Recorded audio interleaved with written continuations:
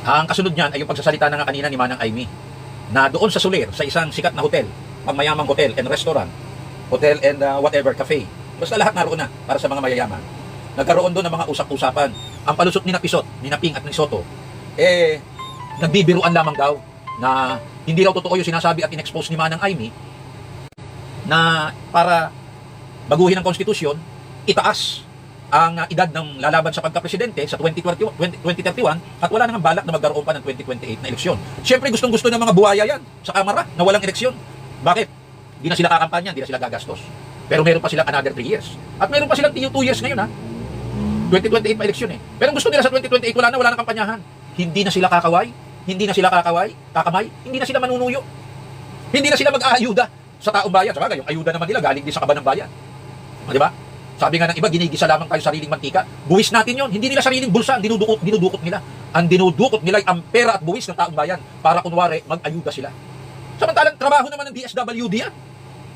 Umiepal lang sila dyan para makita ang mga pagmumukha nila na kunwari nagmamalasakit sila sa tao. Ang totoo, pera ng taong bayan yan. Baka may kupit pa sila dyan, nakikinabang pa sila dyan eh. Hindi pa mabubulgar ngayon yan. Kung meron silang pang-ayudang 100, baka ibinibigay lang nila 30 yung 70 kabig na nila.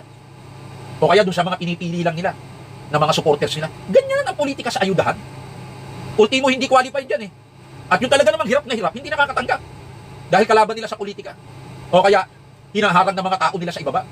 Huwag na tayo magplastikan. Hindi ko sinasabing masama ang ayuda. Ang pangunahing trabaho ng gobyerno, mag-ayuda. Because government is to help. Kung hindi tutulong ang gobyerno, bakit may gobyerno pa? Hindi gibain ang gobyerno. Wala palang naitutulong sa tao eh. Di ba? Alagang gobyerno tulong. Ayudar, to help. Pero tutulong ka, gusto mong palitawin, ikaw ang bida. Teka muna. Ang tulong sa tao, galing din sa tao. Kaya ang bida ay tao. Hindi gusto ng politiko siya bida eh. Nakikinabang ka na nga sa pera ng taong bayan. May driver ka, may sasakyan ka, may gasolina ka, may bodyguard ka, may opisina ka, naka-aircon ka. Pati pagkain mo, pinababayaran mo sa buwis ng tao eh. Samantalang yung taong nagbubuwis, wala nang pangkain eh. Pagkatapos yung pera ng taong bayan na dapat iayuda, pinipili mo pa ang bibigyan. Hindi ba? Kawalang hiyaan sa taong bayan yan. Carlo Dagala, Alex Garcia. Di ba? Ngayon, yung nalalabi na lang sa tao, wala ka na nang naibibigay sa tao. Yung ayuda galing yung sa buwis ng tao, hindi sa'yo yun. Ang kapal na nga ng mukha mo eh. Ang lapad-lapad ng tarpaulin mo, may billboard ka pa. May ayudahan dito, may project dito. Ang pondo naman yan sa taong bayan. So wala kang naibibigay dyan. Di ba? Hindi mo pera yan eh. Hindi mo buwis yan. Buwis ng taong bayan yan. Nakikinabang ka na nga eh, na hindi napapakinabangan ng taong bayan eh. Pati yun naman ang ayuda, kinakabyot mo pa. Wala ka na nga nagagawa para sa bills na hawak ng mga walang maibayad.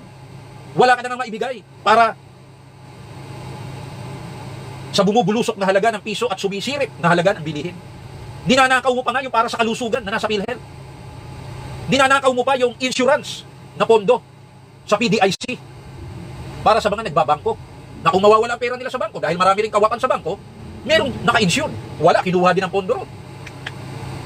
Wala ka na ibabalik na ginto, yung ginto pa sa Central Bank, ninanakaw mo pa at ibinibenta. Hindi na nga tayo makabayad-bayad sa utang, nangungutang ka na naman na ang pumapasan ay ang bayan. Taong bayan. Sa madaling salita, ikaw bilang isang gobyerno, inutil ka. Bakit naman yung natitira na lang sa tao? Nakakaunti na pag-asa na kahit dumadaan sa mga panahong ito ng krisis at kawalang katiyakan. Sa paraang pagdating ng eleksyon, magagamit ko ang aking kapangyarihan bilang botante. Ang boto ko, isa ang bilang, katumbas ng boto ng isang bilyonaryo. Makakapili ako ng gusto ko. Makakapili kami ng grupo namin ng gusto namin. Yan ang kapangyarihan ng taong bayan. Bakit naman yun? Pati yun, yung kapangyarihan na yung gusto nyong naawin. Gusto nyong limasin. Gusto nyong gambungin sa taong bayan. Sa paanong paraan? Walang eleksyon sa 2028. Sino ang nagbulgar? Di si Manang Aimee. Medyo hirap nga lang magsalita si Manang Aimee dahil sabi ng iba, retokado ang baba. Minsan kinakain niya yung salita niya. Pero okay lang yun. Walang tumutol sa kanyang privilege speech eh. Kunwari, mga galit lamang. Tayo yung virus. Tayo yung tuta. Tayo yung macho na may period. Na maldita at matsaray sa media. Tumayo si Robo 63. Hao Xiao. Tumayo si Erwin Tulfutak. Fake news daw. Alin ang fake news? Meron ba silang inilatag na ebidensya? Yung abogadong laging kaibigan, di pong pagong, na laging may hugot, sana all.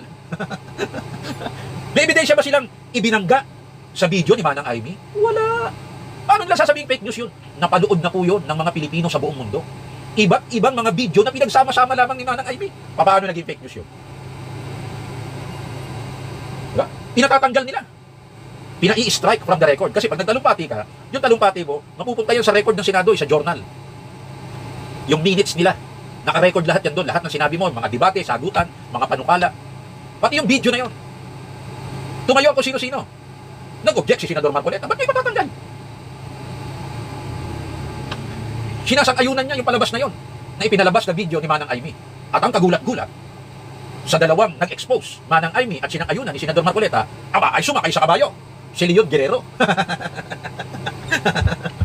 Ano sabi niya? Sumasang-ayon ako kay Senador Marcoleta, dalawa na kaming tumututol na yan ay ibatanggal sa record.